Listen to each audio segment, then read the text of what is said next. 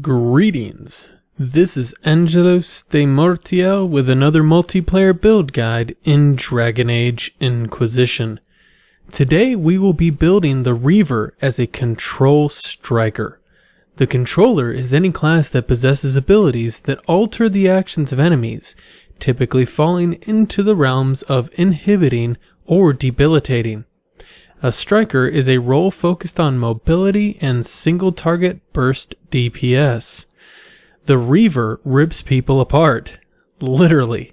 Those few that survive run in fear from her rage, but to no avail.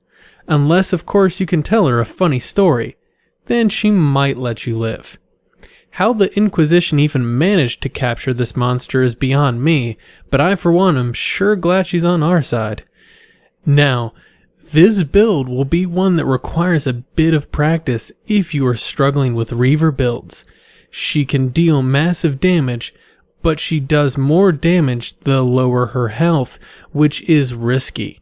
It's a delicate juggling act to know when your health is high enough to keep you alive, but low enough to maximize your damage. Let's get to the build. First up is Warhorn. Warhorn is an AoE crowd control ability that makes enemies within 8 meters of the Reaver run in fear for 6 seconds.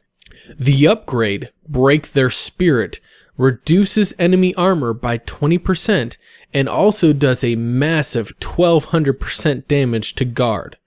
Note I specifically say guard as it does not appear to do actual damage to health. A couple of notes on Warhorn.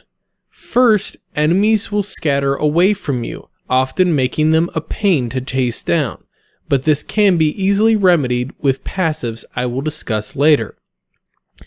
Secondly, even though the upgrade does no damage to normal health, there is a background calculation that still behaves like it does damage when paired with Rampage. Rampage is the multiplayer adaptation of a focus ability that gives the Reaver a 20% damage bonus, 20% speed bonus, and a 20% lifesteal for 10 seconds. It's the trump card of the Reaver, allowing the Reaver to heal in seconds and dish out immense amounts of damage. However, there is one very important note. In a patch back in January, I believe, the Reaver received a bit of a nerf that, when Rampage was active, completely equalized the respective lifesteal of Rampage and the self-damage of Dragon Rage. Now, Dragon Rage is the go-to damager ability of the Reaver. The Reaver lashes out with rage-fueled dragon claws that tear into enemies and do 150% weapon damage, plus an additional 1% damage for every 1% health the Reaver is missing. The upgrade, Ravage, adds an additional 50% damage to Dragon Rage, plus reduces the cooldowns of Devour if we were using it. Dragon Rage costs no stamina and has no cooldown. It's always ready as a pseudo replacement for your basic attack. However, if you are thinking this sounds too good to be true, you're right. Dragon Rage also consumes 2% of your health each time it hits an enemy. Now, while you may also be doing the math and thinking that Dragon Rage consumes 2% of health each hit, which means it's also 2% stronger per hit based on its other stats, right? Not exactly. See, the two percentages are calculated differently. The damage bonus it deals 1% extra damage for every 1% of your absolute or maximum health that is missing.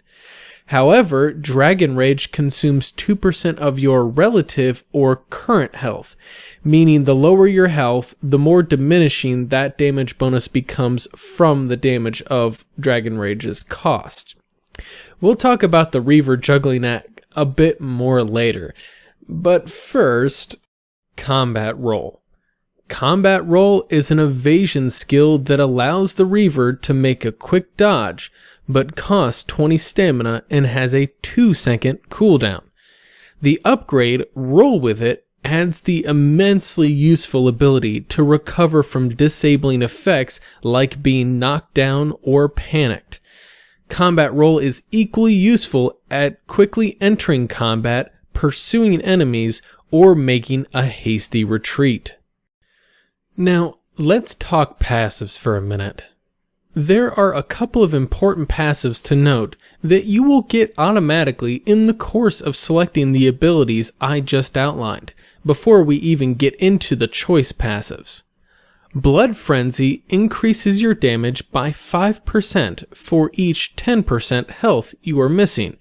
Sound familiar? Yep, that damage bonus stacks with Dragon Rage.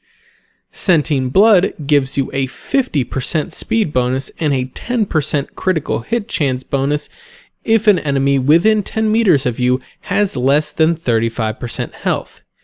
Yep, that speed bonus stacks with Rampage. Terrifying Fury gives each critical hit from the Reaver a 25% chance to panic enemies within 10 meters for 6 seconds. No, that one does not stack with Warhorn. Now the choice passives. First, there's Fervor. This passive gives the Reaver a 30% damage bonus for 5 seconds if an enemy is killed by anyone within 10 meters of the Reaver. Note that it does not stack, however. Next, we have Bloodbath. This gives Dragon Rage a 20% chance to inflict Weakened. While this may not seem so special, I like to submit that with a lightning-imbued sword, you will be frequently inflicting Shocked, meaning that the two will often combine to put enemies to sleep. After that is Flow of Battle. As I've mentioned in other guides, Flow of Battle reduces your ability cooldowns by 1 second every time you land a critical hit, meaning that you will want to equip gear that maximizes cunning and critical chance to make the most of it. Then we have Deathblow. Not to be confused with the Assassin's devastating ability, this passive makes the Reaver automatically critical hit panicked or sleeping enemies. Are you starting to see some synergy yet? Finally, we want Hamstring. At first, I was debating what final passive I should put in this build. It dawned on me as I was doing a horrible job of chasing down this last archer I had panicked. Hamstring slows enemies by 50% when you hit them from behind. Now let's see that archer run. Now for strategy. A lot of the Reaver's combat is not complicated with this build. Roll around, hit stuff, and occasionally scatter enemies with Warhorn. Dodging around a lot is about the only thing with which I notice people not being familiar, and it tends to be not as reliable off-host. However, once you acclimate to the way the skill feels and any latency from being off-host, it usually becomes pretty easy. The hard part of the Reaver is the juggling act. Now, I'm going to throw some math figures at you, so bear with me here. Now, without counting critical hits, fervor, or any other damage bonuses, the Reaver gets an extra 15% damage per 10% missing health between just Dragon Rage and Blood Frenzy. This means that you have a theoretical maximum of a 150% damage bonus when you have 0 HP, which is obviously of no use because you would be dead. However, the key is dancing around the middle.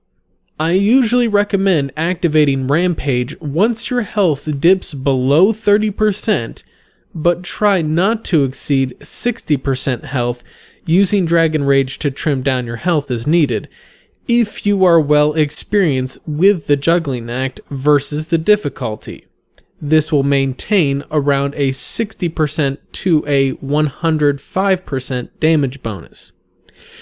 If this is your first time, you want to dance around between 50% and 80% health around on threatening, maintaining a 30 to 75% damage bonus, and practice with it for a bit before trying that same bracket on perilous. Then you can slowly lower down the bracket as you become more skilled at it. Now, with the juggling act covered, let's talk a bit about movement.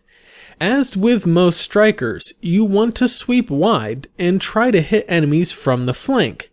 However, with the addition of the speed at which the Reaver can enter a group using combat roll, the Reaver does better at a divide and conquer tactic rather than trimming the wings of the enemy formation like an assassin.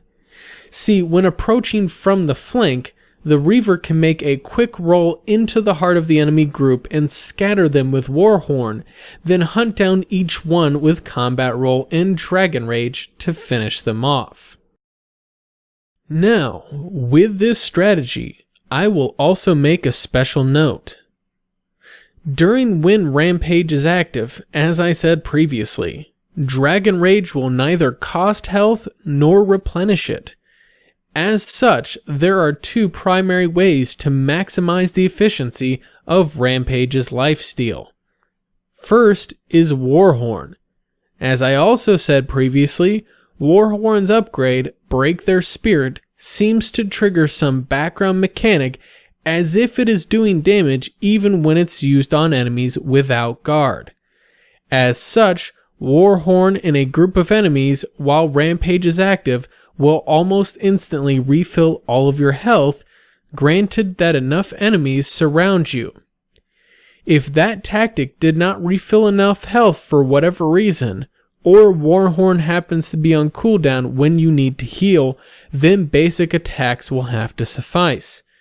The issue with basic attacks, however, is the attack speed. Even with Rampage's bonus to speed, you can still find yourself quickly taking more damage than you were stealing. This becomes a non-issue if a nearby enemy is damaged below 35% health, so Sentient Blood kicks in, but that will not suffice if all enemies around you are at full health. Thus enters animation cancelling. This is an accepted, albeit controversial, method by which to increase the attack animation of weapons. The concept for greatswords is simple as clicking the sprint key, or thumbstick on consoles, once you have reached the end of the initial swing of the animation, and repeat that ad infinitum. This is not all gold, though. Not only does doing this take a certain amount of concentration away from your gameplay, depending on how adept you are at multitasking, which can result in a lot of dying, but it also ruins a bit of the immersion and deprives you of that awesome 360-degree swing at the end of the greatsword's animation chain. I only note that the possibility is there, and it is not considered cheating or exploitation by BioWare. It is simply a tactic that you can employ if you so wish. For those wanting a sadistically satisfying time tearing enemies limb from limb in a grim scene that would make a medical examiner nauseous, this is your build. With this build, the Reaver is a hurricane of rage and pain. As I say, however, this is not the best way to build the Reaver. There are no best builds. Have another way to build the Reaver? Let me know in the comments below. As always, if you enjoyed the video or just have something to say, feel free to like, comment, and subscribe. Once again, this is Angelus de Mortiel, signing off.